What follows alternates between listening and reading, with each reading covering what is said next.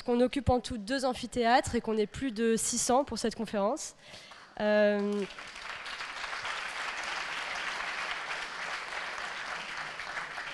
vais juste faire un rappel sur l'importance de faire des réponses courtes pour qu'on déborde pas trop. On va donc poursuivre cette soirée de dialogue sur la géographie des votes et la stratégie de conquête électorale avec bien sûr Julia Cagé et Thomas Piketty que je ne présente plus. Et pour cette seconde partie, nous accueillons Manuel Bompard, député de Marseille et coordinateur de la France Insoumise, ainsi que Marion Carrel, sociologue spécialisée sur les quartiers populaires et les discriminations. Donc cette seconde table ronde traitera du 4e bloc, c'est-à-dire les abstentionnistes, pour interroger son rôle dans les prochaines victoires électorales. Et donc on commence avec ce premier graphique qui montre l'écart de participation entre les communes les plus riches et les communes les plus pauvres au cours du temps, donc de 1848 à 2022. La courbe bleue prend l'écart entre les 5% les plus riches et les 5% les plus pauvres, c'est-à-dire l'écart de richesse le plus radical. La courbe jaune entre les 10% les plus riches et les 10% les plus pauvres. La courbe rouge entre les 20% les plus riches et les 20% les plus pauvres. Et enfin, la courbe verte entre les 50% les plus riches et les 50% les plus pauvres, soit l'écart de richesse le moins fort. Lorsque les courbes sont au-dessus de la ligne noire horizontale, c'est 1, c'est que la proportion des communes les plus riches vote davantage que la proportion des communes les plus pauvres. Donc plus une courbe est éloignée au-dessus de la ligne noire, plus l'écart de participation entre les communes riches et les communes pauvres est important. Autrement dit, moins les communes pauvres votent par rapport aux communes riches. Julia Cagé et Thomas Piketty, à la vue de ce graphique, quelle conclusion est-ce que vous tirez de l'abstention et de ses racines sociales ?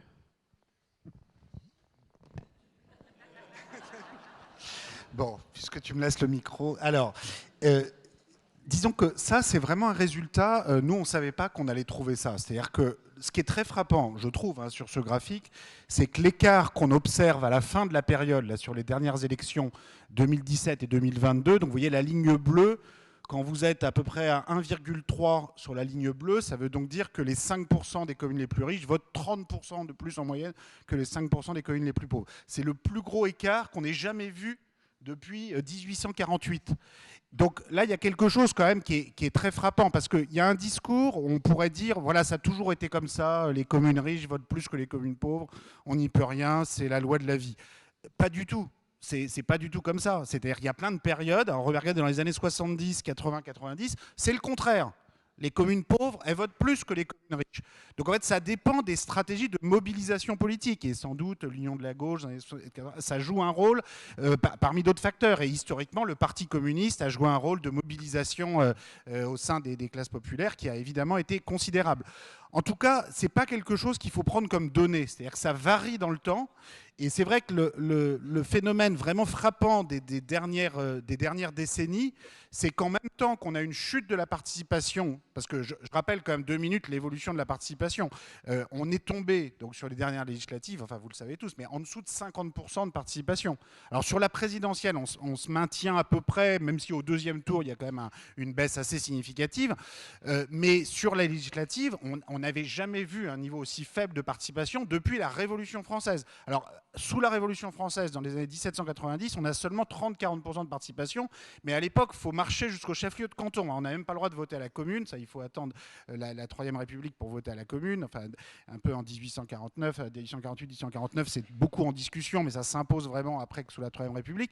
Sous la Révolution française, il faut aller au chef-lieu de canton, qui veut dire ça peut être une demi-journée de marche. Bon, avoir 30-40% de participation à ce moment-là, c'est plutôt exceptionnel. Et ensuite, la participation en 1848 va monter aux législatives à 70-80%. Elle va se maintenir à 70-80% jusqu'aux années 80-90. Puis après, on a un effondrement et là, on est en dessous de 50. Et quand on dit en dessous de 50, c'est par rapport aux électeurs inscrits. Hein, on a un taux d'inscription qui n'est pas de 100%. On a à peu près entre 10 et 15% des électeurs qui ont le droit de vote qui ne sont pas inscrits. Il y a aussi des électeurs qui sont mal inscrits, qui ne sont pas dans la commune où ils résident, notamment des électeurs jeunes. Donc en fait, le vrai taux de participation par rapport à ceux qui ont le droit de vote, il n'est même pas de 50, il est à peine à 40, entre 40 et 45.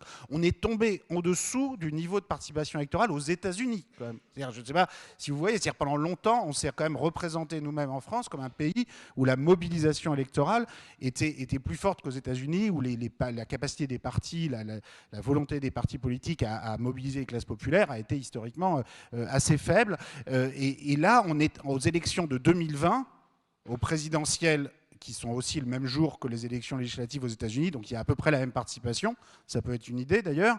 Les États-Unis sont à 20 points au-dessus de la participation qu'on a eue, nous, aux législatives cette fois-ci. Donc on a une chute absolument inédite de la participation, et en même temps qu'on a cette chute, on a un écart de participation entre communes riches et communes pauvres qui monte à des niveaux gigantesques. Donc on peut en tirer deux conclusions, disons une optimiste qui était celle que disait Jean-Luc tout à l'heure, qui est si on arrive à faire remonter la participation dans les communes pauvres, vu les scores beaucoup plus élevés obtenus par le bloc de gauche au sein des communes pauvres, il y a clairement une réserve là considérable et qui ferait monter le bloc de gauche très élevé. Donc ça c'est vrai et ça doit être un élément de stratégie.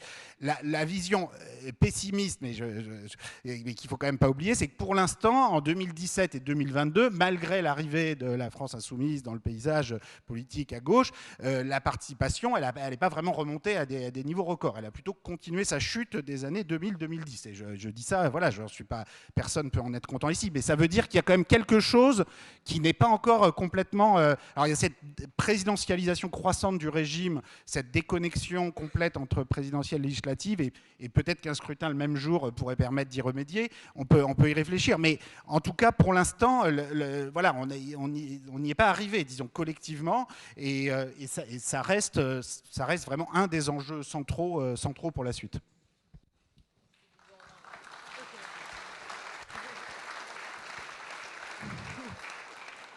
Manuel Bompard, la stratégie du 4e bloc, c'est la volonté d'aller chercher justement les voix manquantes, en priorité dans l'abstention, pour construire une majorité populaire. Est-ce que c'est une stratégie réaliste ? Merci pour la question. Vous m'entendez ? Ouais, c'est bon, maintenant vous m'entendez. Là, vous m'entendez, je crois. Voilà. Bonjour à toutes et tous. Pour aller à l'essentiel du propos, je passe rapidement, mais je veux dire mes remerciements pour les camarades qui ont organisé cette soirée et pour votre présence et pour votre travail. Dans cette partie-là, l'idée, c'est de se concentrer sur effectivement ce qu'on a appelé le 4e bloc. Vous écrivez dans le livre le fait que la tripartition qu'on observe est un état précaire, déséquilibré, instable, et qu'il y a plusieurs scénarios de retour à une bipartition. Il y en a un qui ne nous intéresse pas beaucoup ici, qui est celui d'un affrontement entre le bloc central et le bloc d'extrême droite, pour aller vite.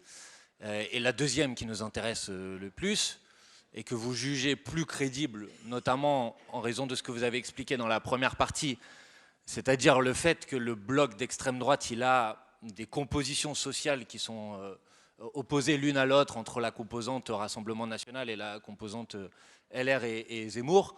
En raison de cette fragilité, vous dites que le deuxième scénario, c'est-à-dire celui d'une recomposition, d'une convergence d'une partie du bloc central et du bloc de droite contre le bloc de gauche, c'est sans doute le scénario le plus probable si on travaille bien. Donc ça nous intéresse parce que c'est effectivement notre objectif. Et vous dites que pour ça, il y a deux sphères d'expansion possibles. Il y a ce qu'on a discuté dans la première partie, c'est-à-dire la question de reconquérir un électorat populaire plus rural. Et vous faites attention, je ne reviens pas sur les échanges de la première partie en disant que c'est par la question sociale, par la convergence et par les propositions sociales et économiques qu'on peut y arriver. Mais vous dites aussi dans le livre que la deuxième partie, c'est-à-dire le fait de conquérir davantage d'électeurs dans les zones urbaines où nous avons déjà un vote important mais qui sont frappés par une abstention très forte et une sphère d'expansion déterminante. Donc c'est ça que nous appelons la stratégie du 4e bloc, pour être très clair. Alors souvent quand on dit ça, on nous oppose des arguments. On nous dit mais il n'y a aucune raison que les abstentionnistes votent différemment de la moyenne nationale. Bon. Et là, ce que je trouve déterminant dans le travail que vous faites, c'est que vous tordez le cou à cette idée, Parce que effectivement, les abstentionnistes, ils votent de la même manière, ils voteraient de la même manière que ceux qui votent, mais pas à l'échelle nationale, mais pris par bloc de cohérence sociale. Bon. Pour dire les choses autrement, les secteurs qui votent majoritairement Jean-Luc Mélenchon à la présidentielle ou la NUPES aux élections législatives, ils votent peu, mais ceux qui appartiennent à la même catégorie sociale ou socio-géographique, s'ils se mettaient à voter, ils voteraient à peu près dans les mêmes proportions que les autres. Donc, tout ça pour dire que si, dans ces secteurs-là, on augmente le taux de participation, mécaniquement, le bloc de gauche, il monte d'autant et les autres blocs montent moins. Donc c'est une première idée reçue à laquelle vous tordez le cou et je trouve que c'est déterminant. La deuxième idée reçue, vous l'avez dit, je ne reviens pas, c'est l'idée de dire que ça a toujours été comme ça, que toujours les pauvres votaient moins que les riches, etc. Et ce que montre ce graphique, c'est l'inverse. On ne l'a pas dit là, mais il montre même quelque chose, c'est qu'entre 1960 et 2000, les pauvres votaient davantage que les riches. Et on dira peut-être dans la deuxième question, peut-être des éléments d'explication sur ce sujet. Donc tout ça pour dire, oui, c'est crédible. Alors après, dans quelle proportion faut-il faire voter davantage d'abstentionnistes pour remporter des élections? Je vous donne quelques éléments d'une étude qui a été faite par des journalistes du Monde, dont je prends tout de suite les précautions méthodologiques, mais qui fait des études de combien de second tour aux élections législatives fallait inverser pour transformer, passer d'une situation de majorité relative dominée par les macronistes à une situation de majorité relative dominée par la NUPES et à une situation de majorité absolue dominée par la NUPES. Forcément, ça donne des ordres de grandeur, ce n'est pas quelque chose d'exact, parce que ça veut dire qu'on va uniquement dans les circonscriptions dans lesquelles il faut inverser ces résultats. Mais ils disent qu'il fallait à peu près 50 000 voix aux dernières élections législatives pour faire en sorte que la NUPES ait une majorité relative. Aux dernières élections législatives, il y a eu 26 millions d'abstentionnistes. Si vous ramenez ces 50 000 voix, c'est 0,2% des abstentionnistes qu'il faut ramener dans le vote. Bien évidemment, si vous les ramenez tous pour voter pour vous, c'est un ordre de grandeur. Et ça vous permet d'inverser le résultat.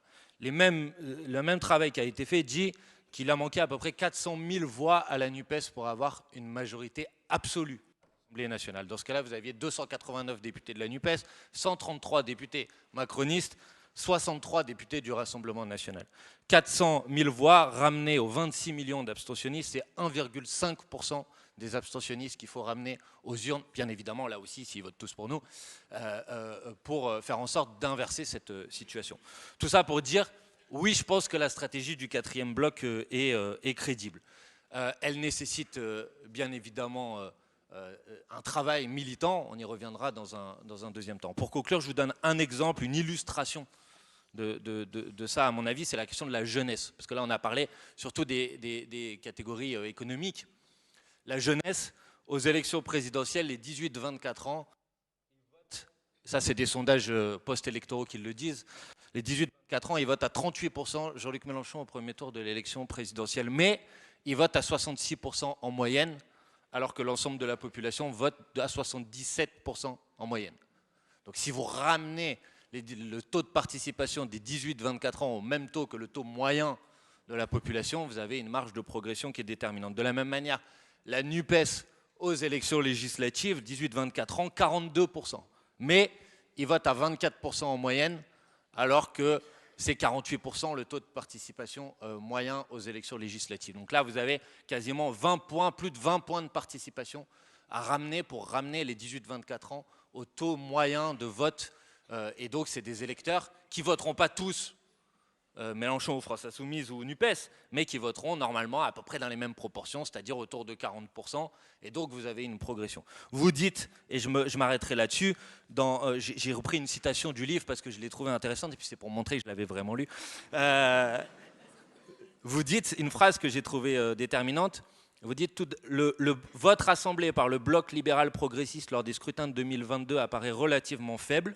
28% des voix au premier tour des présidentielles, 30% au premier tour des législatives, d'autant plus qu'il est obtenu avec un différentiel de participation entre communes riches et pauvres extrêmement élevé et inconnu dans le passé.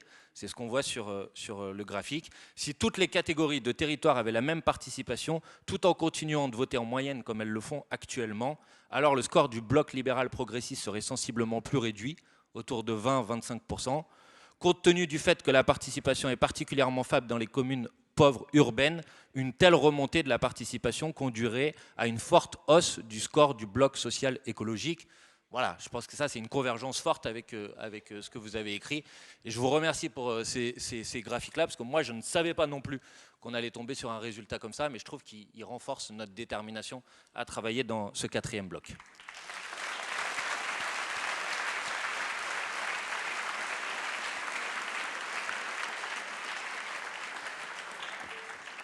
Merci. Marion, on m'entend ? Marion Carrel, tu as particulièrement travaillé sur les quartiers populaires qui sont marqués par l'extrême précarité, mais aussi l'expérience du racisme. Est-ce que tu considères que l'abstention qui marque ces espaces est une fatalité ? Vous m'entendez ?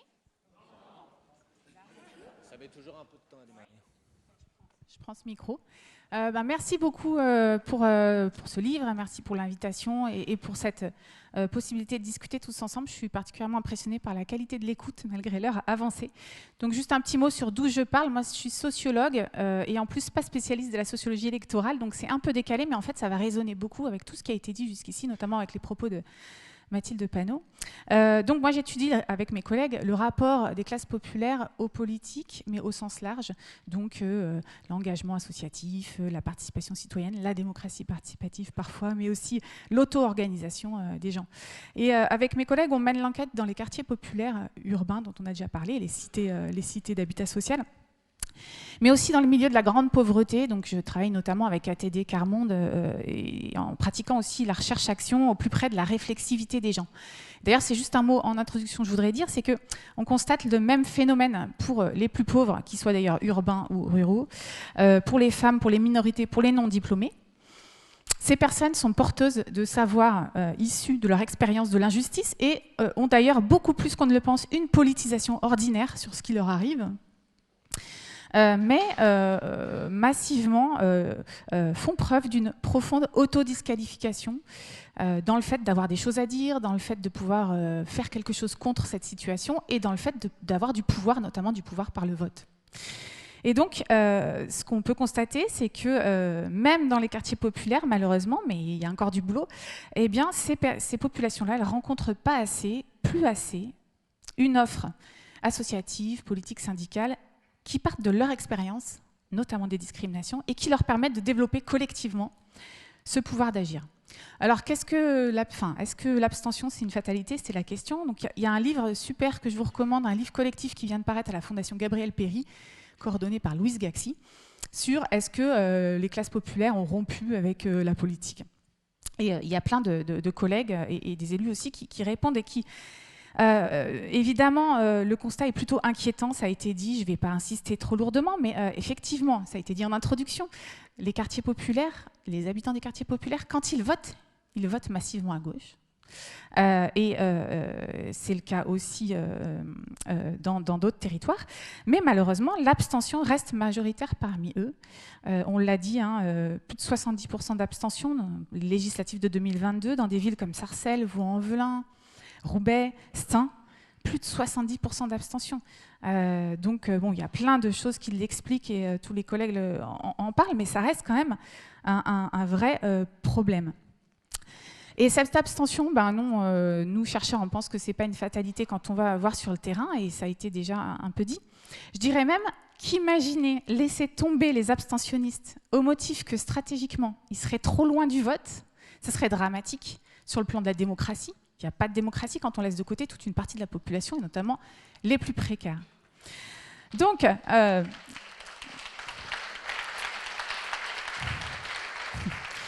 il existe des conditions sociales et politiques d'une remobilisation. Sans faire trop long, il est tard, mais je m'appuie notamment sur une enquête collective qu'on a menée avec Julien Talpin et d'autres collègues de longue haleine dans les quartiers populaires, dans 6 quartiers de France, dans 6 communes populaires de France et puis un peu à l'étranger aussi. Et on regardait la façon dont l'expérience des discriminations, en particulier territoriale, le fait de vivre dans un territoire comme la Seine-Saint-Denis où on n'est pas aussi bien traité vis-à-vis des pouvoirs publics qu'ailleurs, et les discriminations aussi raciales et religieuses, comment vivent les gens ces discriminations, qu'est-ce qu'ils en pensent? Et ce qu'il apparaît, c'est que ça suscite souvent chez les gens une politisation ordinaire, mais que cette politisation ordinaire, elle a du mal à être captée par les organisations politiques associatives. Cette politisation ordinaire, elle apparaît encore comme un potentiel politique à ce jour peu mobilisé. Je parle bien de tous ces abstentionnistes-là qu'on a rencontrés. Et ce potentiel, il pourrait constituer les bases d'un retour possible à l'engagement et au vote, à condition qu'on réfléchisse à une alliance, et donc c'est déjà ce qui a été dit, hein, des ponts, avec les autres fractions des classes populaires autour de l'enjeu de l'égalité. Donc très rapidement, ce qu'on a vu, nous, c'est que cette politisation ordinaire, elle peut prendre de l'ampleur et peut-être amener au vote et travailler sur tout ce qu'on vient de dire là, quand il y a deux choses. Quand d'une part, il y a un travail militant de longue haleine, au plus proche du quotidien des gens, partant ou s'appuyant notamment sur les leaders, enfin les gens dans les quartiers qu'on connaît, qui nous ressemblent, et pas des gens parachutés qu'on voit que 5 minutes, juste avant les élections.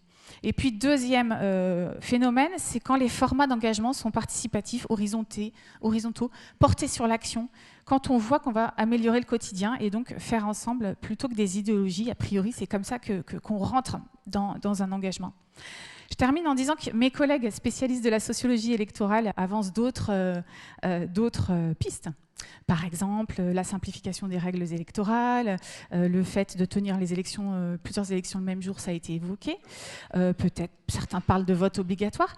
Thomas et Julia, dans votre intro aussi, enfin dans votre livre, vous en parlez, l'idée, la piste de faire comme pour la parité homme-femme sur les listes, enfin dans les élections, et d'avoir 50% d'ouvriers et d'employés dans ces listes-là, ce qui équivaudrait à la même proportion. Il y a 50% d'employés d'ouvriers en France, donc voilà.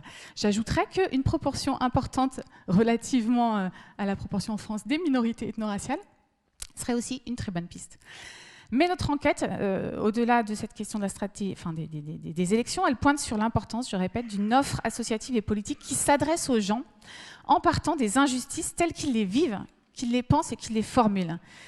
Pour terminer là-dessus, il s'agit vraiment de partir de leur colère horizontale, on parle comme ça des fois, la colère horizontale, c'est-à-dire parfois qui peut s'exprimer sous forme de repli identitaire. Je n'ai pas d'avenir et j'ai pas d'espoir parce que c'est la cause de mon voisin rome, noir ou arabe, pour arriver à une colère verticale, verticaliser la colère, comme disent certains militants, c'est-à-dire lutter contre les discriminations qui n'est rien d'autre qu'une aspiration à l'égalité. Donc réclamer bien sûr la redistribution économique et sociale des richesses, accès au travail et au logement, mais aussi le respect des droits et de la dignité, au droit de ne pas être discriminé du fait de sa pauvreté, son origine, son milieu de vie. On y reviendra après. Ce n'est pas propre uniquement au quartier populaire, me semble-t-il, c'est quelque chose qui est partagé par tout le peuple plutôt pauvre qui pourrait revenir aux urnes si on s'y met tous.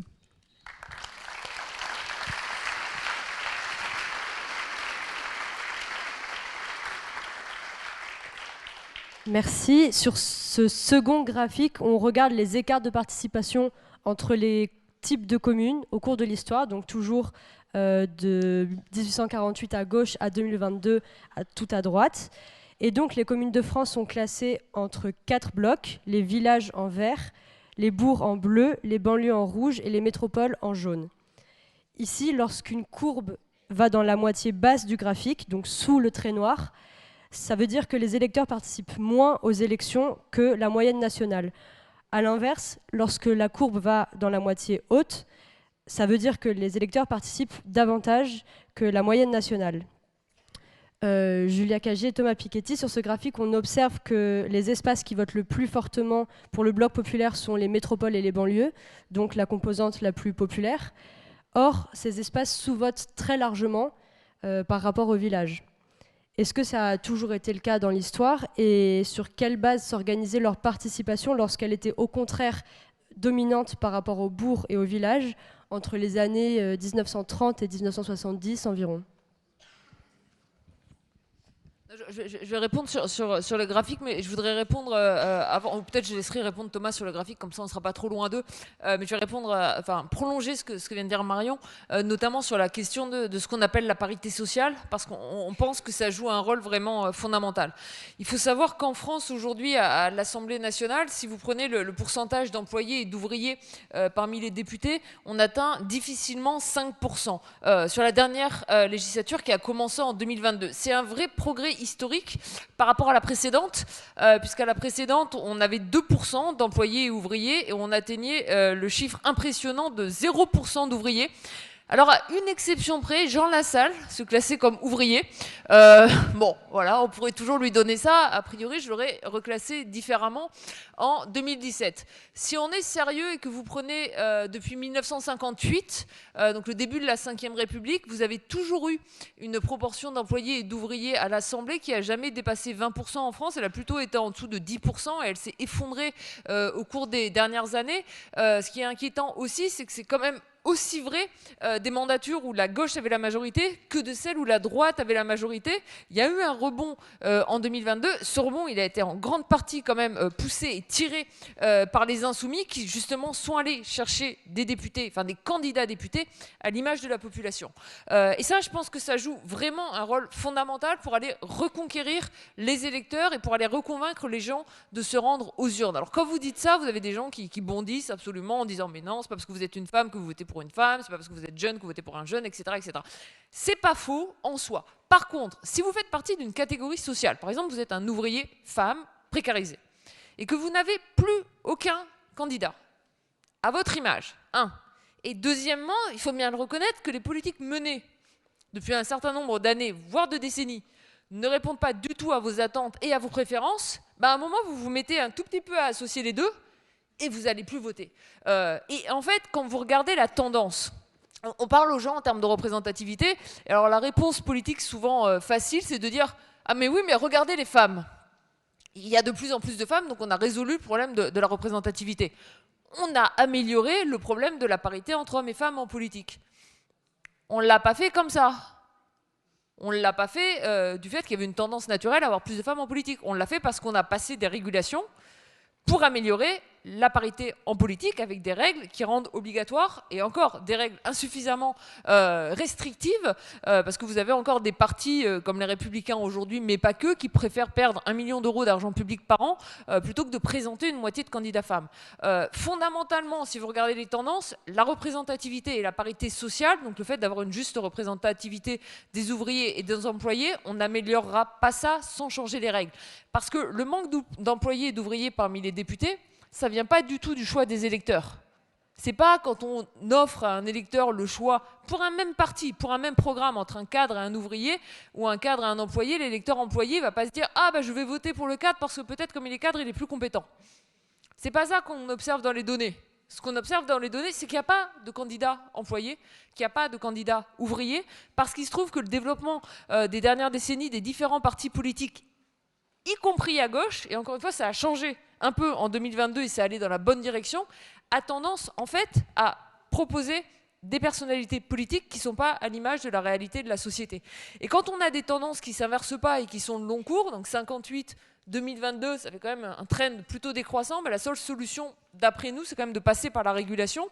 Et on pense que pour les mêmes raisons qu'on a introduit des règles de parité entre les femmes et les hommes, ça serait important pour reconquérir en termes de participation d'apporter des règles de parité d'un point de vue social. Alors soit vous le faites en CSP, employé-ouvrier, ce qui peut être un peu compliqué, notamment parce qu'on discutait tout à l'heure la question des revenus. Et vous pouvez parfois avoir des gens qui vont être davantage diplômés, qui vont être dans les professions intermédiaires, qui vont être des infirmières par exemple, des professeurs des écoles à bac +3, +4, +5, qui vont avoir des revenus plus faibles qu'un certain nombre d'ouvriers plus qualifiés. Donc peut-être qu'il faudrait mieux le faire avec le revenu qu'avec la CSP, mais en tout cas, si on ne pense pas à cette parité sociale, il y a une partie du déficit de participation qu'on n'arrivera pas, d'après nous, à reconquérir. Et du coup, je te laisse le jaune, le rouge, le bleu et le vert.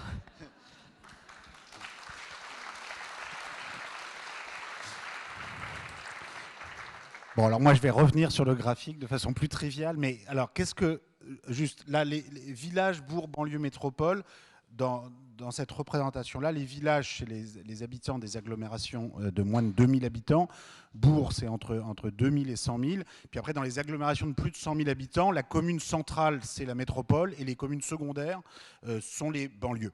Et actuellement, la population française, c'est pas tout à fait 4 quarts, mais c'est, disons, 20% village, 30% bourg, 30% banlieue, 20% métropole, grosso modo. Évidemment, en 1840, c'était les métropoles, les banlieues, c'était 2% chacun, et on avait pratiquement deux moitiés pour les villages et les bourgs. Donc c'est des réalités différentes. Le point ici, c'est qu'on voit une participation là en fin de période qui augmente beaucoup dans les villages par rapport aux banlieues notamment, où elle diminue. Ça a généralement été le cas que le monde rural a voté plus que le monde urbain, mais là encore, on voit des exceptions. C'est-à-dire, on voit toute une période, en gros, qui est la période de forte mobilisation communiste, hein, pour résumer, de 1930 jusqu'en 1970, où les banlieues votent plus que tout le monde. Et si on regarde dans le détail quelles sont les banlieues qui votent plus, il y a vraiment une mobilisation communiste qui est très forte à ce moment-là.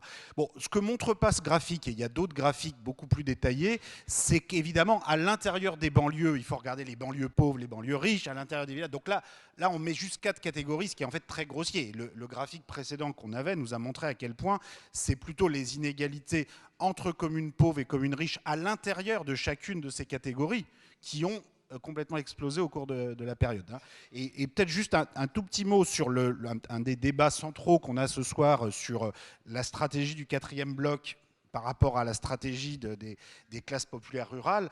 Bon, je pense qu'on est tous d'accord pour dire qu'on aimerait bien pouvoir faire les deux. Hein, ce serait mieux. Et d'une façon, on faut forcément faire les deux. Je veux vraiment insister sur le fait que, évidemment, on peut avoir l'impression que refaire monter la participation dans le monde urbain, dans les classes populaires urbaines qui votent déjà beaucoup pour la gauche, c'est la chose, disons, la plus atteignable, la plus naturelle. Et je comprends ce que disait Jean-Luc, Emmanuel tout à l'heure. C'est assez logique. Mais quand même, je pense vraiment que faire revenir des classes populaires rurales qui n'ont pas toujours voté à droite, les écarts de vote rural-urbain étaient beaucoup plus faibles à l'époque de Mitterrand et pendant l'essentiel du XXe siècle que ce qu'elles sont aujourd'hui, c'est pas quelque chose d'inatteignable. Et Stéphano, tout à l'heure, disait, et on n'a pas eu le temps de revenir, l'idée que les électeurs, les classes populaires rurales qui votent RN actuellement sont d'une certaine façon trop conquises par le néolibéralisme ou trop dans l'orbite du néolibéralisme pour pouvoir les refaire revenir à gauche. Là, je voudrais marquer quand même une petite différence. C'est-à-dire que si elles étaient vraiment dans l'orbite du néolibéralisme, elles pourraient voter LR, Sarkozy, Zemmour. Elles n'auraient pas besoin de voter RN. Et si on regarde justement dans le basculement en 2007-2012, quand le vote RN devient vraiment rural et populaire, et où en fait Sarkozy parvient à aspirer l'électorat urbain et très anti-immigré de Marine Le Pen, enfin de Jean-Marie Le Pen, à grands coups de discours sur la racaille, sur le Karcher, etc. Ça marche avec certaines composantes de l'électorat FN, essentiellement urbain, à proximité d'immigrés, et plus bourgeois qu'on le dit, hein, qu'on retrouve aujourd'hui avec l'électorat Zemmour. Ça ne marche pas sur cet électorat rural, populaire, qui, lui, quand on essaye d'expliquer les bons scores actuels du RN dans cet électorat rural populaire, ce qu'on voit vraiment, c'est les traces du référendum de 2005. C'est-à-dire que les personnes qui ont voté non en 2005 dans des bourgs et les villages où il y avait une forte proportion d'ouvriers, et là, on a des votes RN considérables. Donc s'ils étaient sous l'emprise du néolibéralisme, voilà, ils n'auraient pas eu cette opposition très forte au traité de 2005 et surtout cette détestation de Sarkozy et de LR pour avoir fait le traité d'Amsterdam par la voie parlementaire, qu'il leur reste quand même en travers de la gorge. Donc voilà, juste pour dire, je pense qu'il ne faut pas se désespérer de l'idée que les classes populaires rurales ne sont pas atteignables pour la gauche. Et le fait qu'il y ait quand même cette forte mobilisation électorale, cette forte participation dans les villages, ça ne va pas baisser comme ça. On a des personnes qui votent et il ne faut pas... Donc c'est peut-être plus... voilà, il faut faire augmenter la participation dans les banlieues, c'est certain, mais bon, ne négligeons pas cet énorme potentiel de personnes qui votent et qui ont en fait une aspiration à la justice sociale beaucoup plus qu'une aspiration au Karcher et à foutre la racaille dehors, sinon ils seraient déjà passés à Sarkozy et Zemmour depuis longtemps. Merci.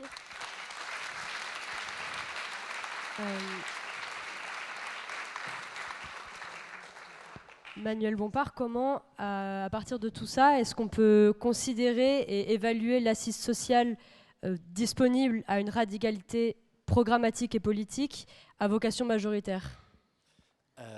Bonne question.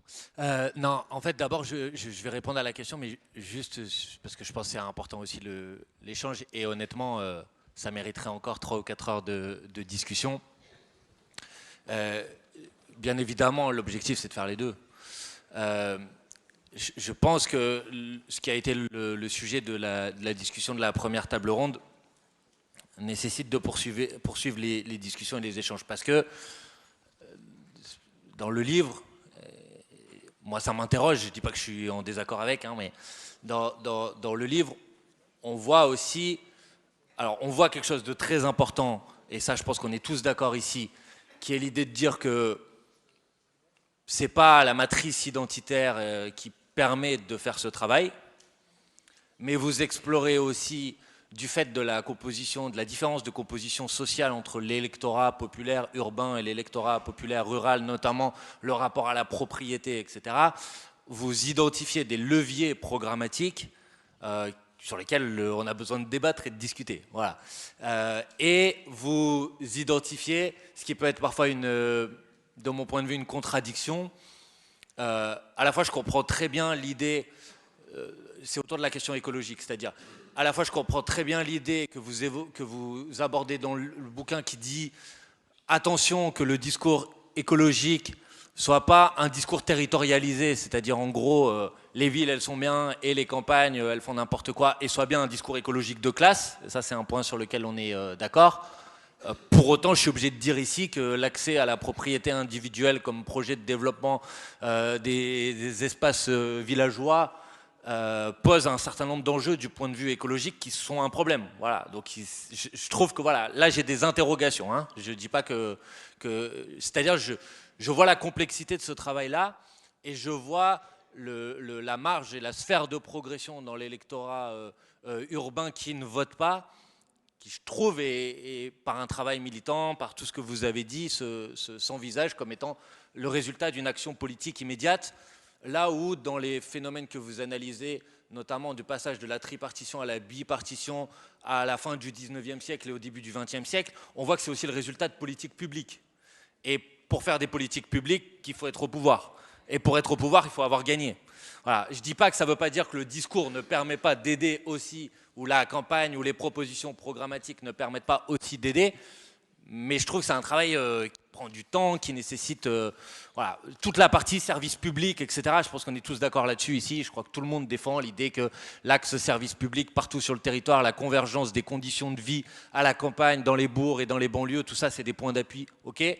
Mais il y a des questions politiques profondes derrière sur lesquelles je pense que ça mériterait quasiment une soirée entière. Voilà, ça c'est juste pour réagir à ce qui a été dit, mais pas comme une mise à distance, hein, mais comme une dialectique de la discussion entre nous. Pour le reste, pour répondre rapidement à ta question et pour ne pas prendre trop de temps, je trouve que ce qui est frappant et ce qui est marquant, ça a été dit un petit peu par Thomas Piketty à l'instant, c'est que les moments où, dans la courbe, les banlieues votaient davantage que les autres espaces territoriaux, géographiques, c'est les moments où il y avait une proposition politique claire de rupture avec le système tel qu'il est aujourd'hui, qui était porté par la gauche. C'est-à-dire, c'est les moments où la gauche, elle était sous hégémonie communiste et socialiste d'un projet radical.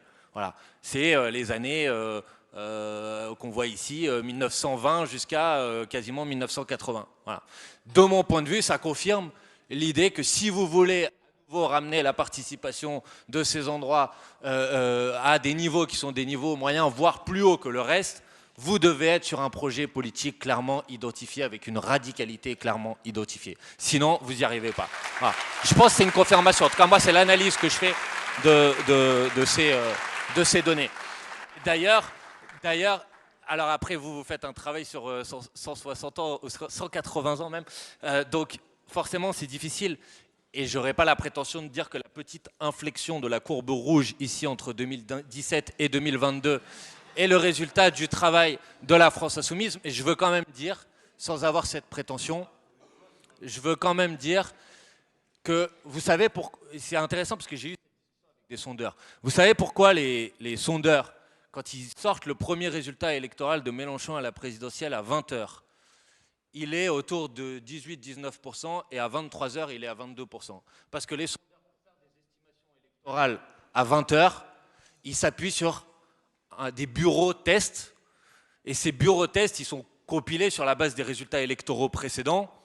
Et cet agglomérat de bureaux tests permet d'avoir une bonne représentation du score national. Et là, les sondeurs vont vous dire que leurs bureaux tests n'étaient pas des bureaux représentatifs parce qu'il y a eu un surplus de participation pour le vote Mélenchon dans les quartiers et dans les bureaux des quartiers populaires. Donc, je ne dis pas ça pour dire on a tout réussi, on a tout bien fait, etc. hein.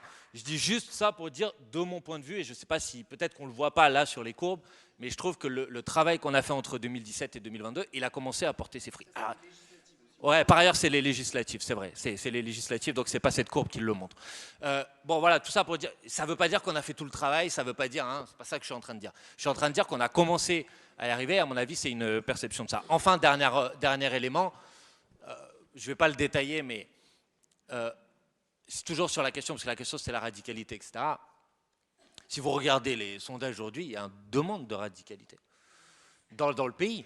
Quand vous avez 70%, 65 à 70% des Français qui ont une mauvaise opinion du capitalisme, c'est une demande d'un programme de rupture. Quand vous en avez 70% des Français, sondage de 2022, qui considèrent que notre modèle économique est incompatible avec la protection de l'environnement et la lutte contre la crise climatique, c'est qu'il y a une demande et une exigence de radicalité pour répondre à l'urgence climatique. Donc tout ça pour dire oui, je pense que les deux objectifs, la conquête du quatrième bloc, nécessite une gauche qui soit sous, je ne vais pas dire une hégémonie, mais qui soit dominée ou polarisée sur une orientation de rupture. Et cette orientation de rupture, c'est celle, je crois, que nous avons commencé à développer et que nous allons continuer à développer dans les prochains mois et dans les prochaines années. Voilà.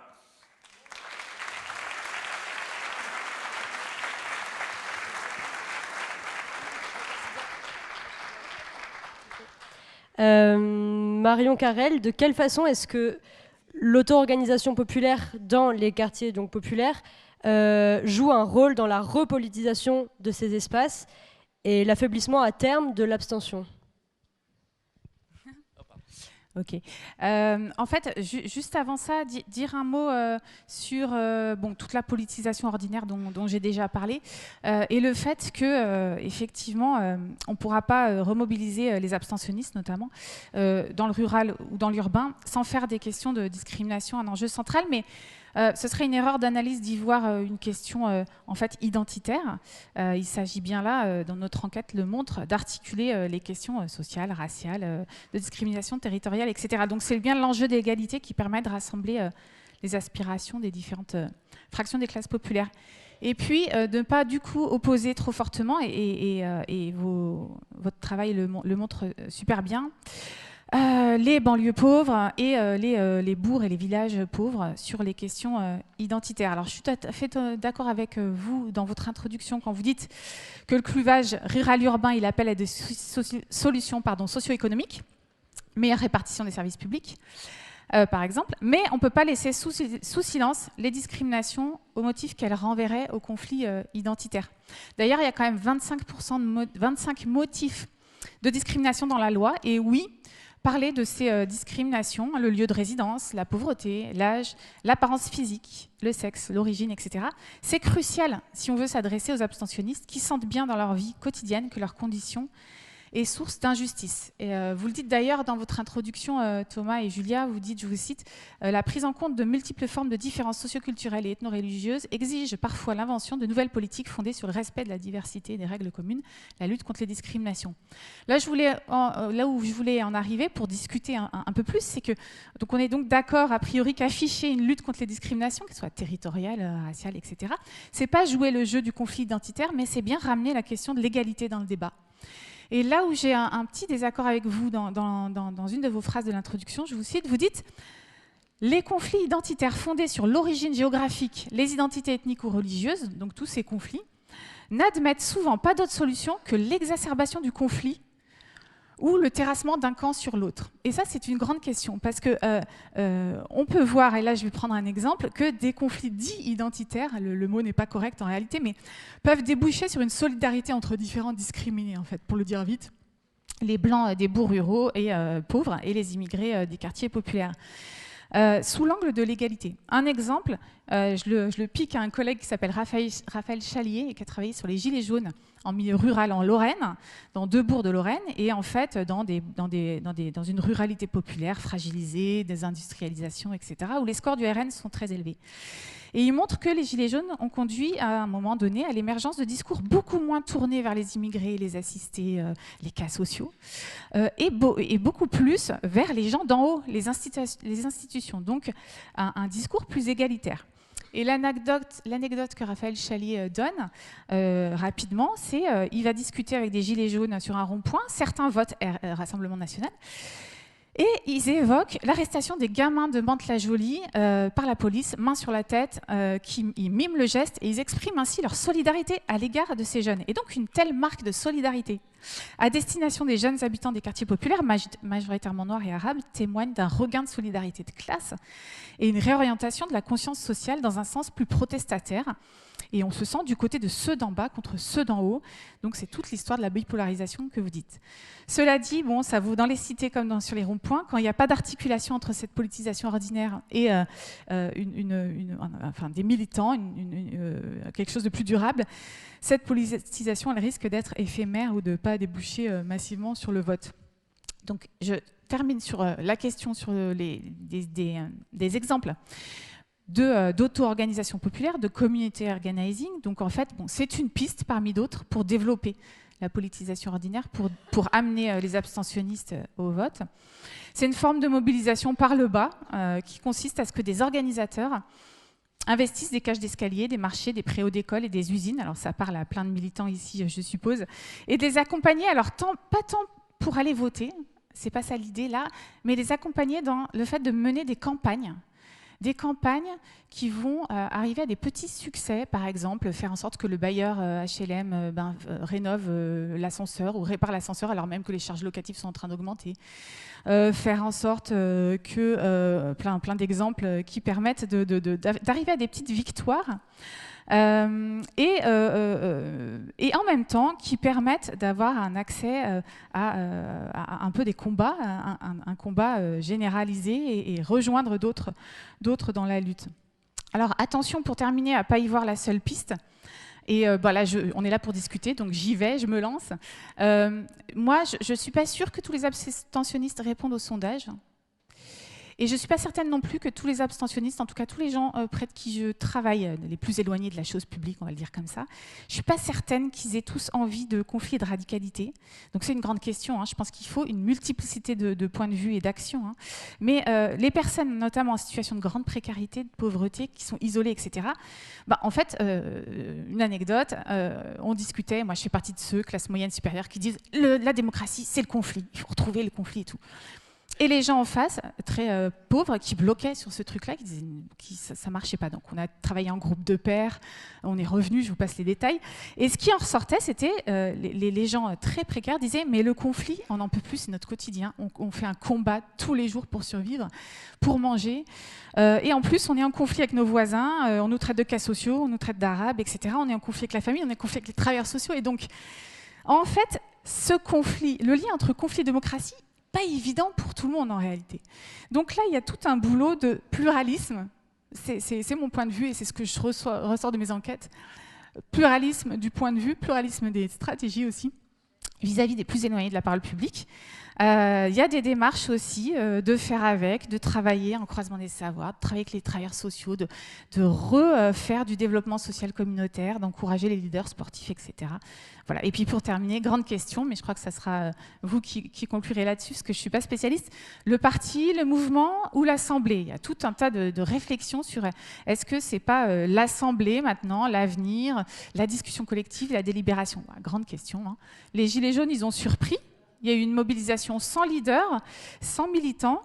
Et puis, il y a des gens qui votaient plutôt à droite, ça a réorienté leur conscience sociale vers la justice et la démocratie. La manifestation de juin 2020, George Floyd, Comité Vérité et Justice pour Adama, a surpris aussi. Voilà plein de gens qui débarquent avec une exigence de justice et d'égalité. Eh bien, en fait, oui, beaucoup d'observateurs estiment que les fractions les plus précarisées des classes populaires sont éloignées, des partis sont dégoûtés, et ont une certaine autonomie, en fait. Elles ne se réduisent pas à des spectateurs passifs de leur dépossession. Donc il y a un enjeu, semble-t-il, autour de l'action collective locale, faire ensemble des choses localement, faire agir ensemble et pas seulement discuter. Et donc ma collègue Geneviève Pruvot, parmi d'autres, parle de quotidien politique à propos des actions écologiques, et je rejoins assez tout ça, d'où l'importance du travail associatif, militant, etc. Pour le dire autrement, c'est mes derniers mots, le porte-à-porte et les réunions publiques, à mon sens, ne suffiront pas.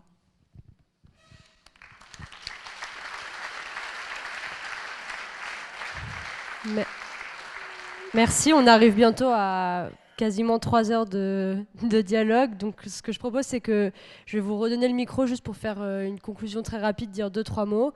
Et voilà, comme ça, on laisse les gens. Bon, en même temps, il est 23 heures, hein, donc on n'est plus à 2-3 mots près. Donc je propose à Manuel Bompard un débat sur le prêt à taux zéro, puisque c'était ce qui était sous-entendu. Non, mais sérieusement, je veux juste souligner une chose. On a été assez optimiste et on a souligné à la fois les fragilités du bloc bourgeois ou du bloc central, du fait de la fragilité de son électorat. On a souligné toutes les contradictions du bloc national patriote. Il ne faut pas sous-estimer les contradictions qui existent à l'intérieur du bloc social écologique et qui viennent notamment du fait que, pour le coup, on a beaucoup insisté sur le fait que le vote de gauche, ça restait un vote populaire et qu'on avait un effondrement du vote pour la gauche plus on montait dans les revenus des communes, à une exception près, qui est le Parti écologique. Voilà. Si vous prenez le vote écologique depuis 1974 et depuis Dumont, c'est quand même un vote qui est extrêmement bourgeois au sens de sa relation avec le revenu. C'est vrai avec Dumont, c'est vrai historiquement, et c'est très vrai en 2022 avec Yannick Jadot. Alors il y a une exception, c'est pas comme le vote Macron, parce que pour le coup, il s'effondre à l'intérieur des 5 et des 1% des communes les plus riches. Là, on peut se dire que peut-être les électeurs à l'intérieur du 1% des communes les plus riches, le lien entre les écolos et la gauche, ça les ferait un peu, donc ils se tournent quand même vers la droite. Mais il y a ça, et ça, c'est la première, je pense, des difficultés et des contradictions qu'il va falloir surmonter. Et c'est pour ça que quand même cette question du PTZ, de l'habitat pavillonnaire, de la voiture individuelle, c'est une question importante. On n'a pas de solution. Il faut juste quand même essayer de la prendre à bras-le-corps. Si on ne résout pas cette contradiction, il va manquer sans doute une petite partie de l'électorat pour passer à un second tour et pour avoir une victoire électorale derrière. Et puisque comme la prochaine élection, c'est quand même les élections européennes, le second point, je pense, où il y a aujourd'hui des contradictions à l'intérieur du bloc de gauche, c'est quand même la question des européennes. Est-ce qu'il va y avoir l'unité ou pas pour les européennes? Nous, on est quand même des partisans, mais là, je pense qu'il y a un accord, enfin, je veux dire, ici, hein, pour l'unité pour les européennes. Et que fondamentalement, si on résout pas ces désaccords sur la question européenne, et pour le dire assez rapidement quand même sur comment on fait la désobéissance, puisqu'on voit que le point en fait de rupture, c'est 92, c'est 2005, donc c'est la question européenne. Si on le résout pas maintenant, moi je vois pas comment on va le faire après l'élection européenne, le résoudre avant 2027, alors que le sujet aujourd'hui, il devrait être sur la table. Du coup, ça sera d'autres occasions pour débattre ensemble, et on s'en réjouit.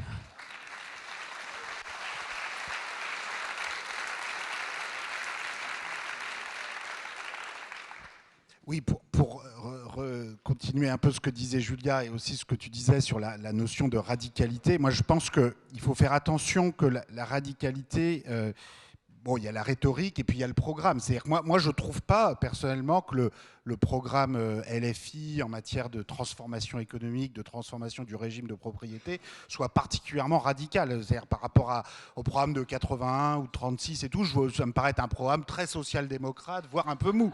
Non mais sérieusement.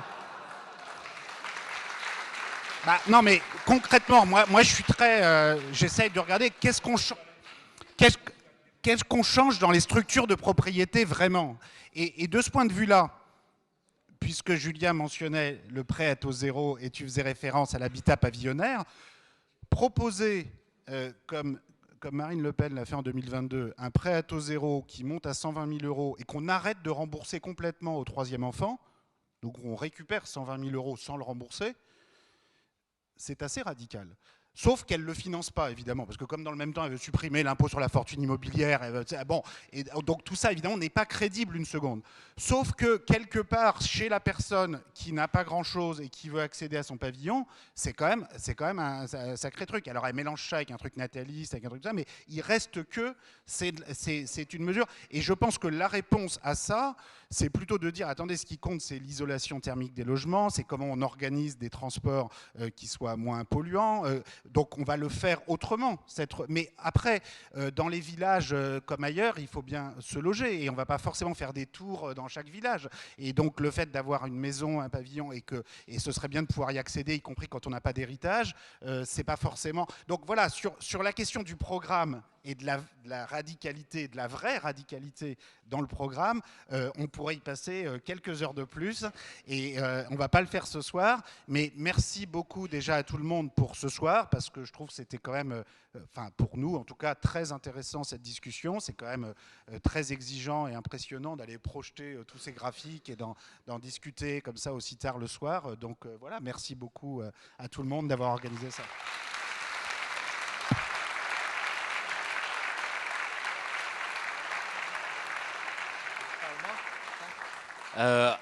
Rapidement, d'abord vous remercier pour le niveau de la discussion. Ça a été dit, mais partir de graphiques où quand on les voit, on comprend même pas ce qu'il y a dessus pour après pouvoir en discuter. Je trouve que c'est je trouve que c'est un travail assez inédit à mon avis. Donc et merci à toutes les personnes qui sont restées. Je relance pas le débat sur la discussion qu'on a, mais c'était pas pour dire.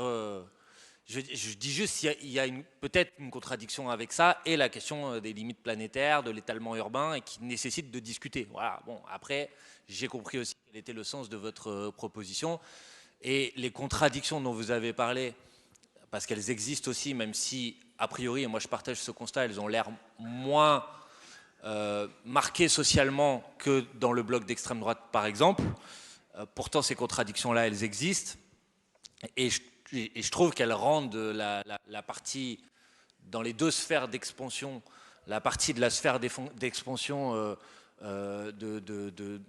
on va dire des classes populaires rurales, cette partie-là nécessite de dépasser ces contradictions-là. Voilà, c'était juste le sens de mon propos, mais on aura le temps, j'espère, de pouvoir en rediscuter. Voilà, pour le reste, il y avait d'autres questions, on ne va pas les aborder ici, sur le mouvement, etc. Je veux juste dire par rapport à ce que vous avez dit, et je ne suis pas en désaccord, je pense qu'on peut à la fois parler de rupture, de radicalité des propositions et du changement de vie. Ça ne veut pas dire que le point d'entrée vis-à-vis d'un certain nombre d'habitantes et d'habitants soit nécessairement le conflit. Je vous donne un exemple.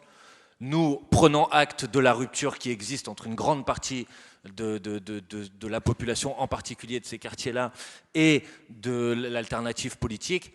On a fait des choses qu'on n'aurait jamais pensé faire, c'est-à-dire commencer par des actions de collecte alimentaire, de solidarité directe, d'aide aux droits, qui a priori ne sont pas forcément les modalités d'intervention d'une organisation politique, mais où on s'est dit, en fait, il faut trouver une manière de renouer du contact et qui ne soit pas juste sur la promesse de je vais changer la société dans 5 ans si je gagne les élections, mais de comment je peux faire en sorte que la vie elle change tout de suite un petit peu pour recréer aussi un lien de confiance. Voilà.